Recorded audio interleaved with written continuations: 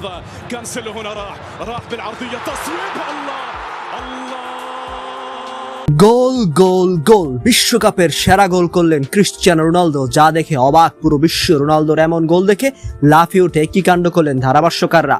দর্শক, কঙ্গোডিয়ার বিপক্ষে মাঠে রোনালদোকে খুঁজেই পাওয়া যায়নি, এ নিয়ে সমালোচনা কম শুনতে হয়নি রোনালদো এবং পর্তুগাল কোচ রবার্তো মার্টিনেজকে।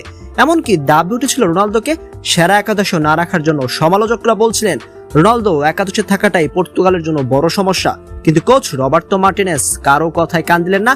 উজবেকিস্তানের বিপক্ষে রোনালদোকে রাখলেন একাদশে। কোচের আস্থার প্রতিদান দিতে খুব বেশি সময় নিলেন না CR7। শুধু তাই নয়, সমালোচকদের মুখে বন্ধ করে দিলেন দুর্দান্ত এক গোল করে। ম্যাচের 6ষ্ঠ মিনিটে দুর্দান্ত এক শটে উজবেকিস্তানের জালে বল জড়িয়ে পর্তুগালকে 1-0 ব্যবধানে এগিয়ে দেন রোনালদো।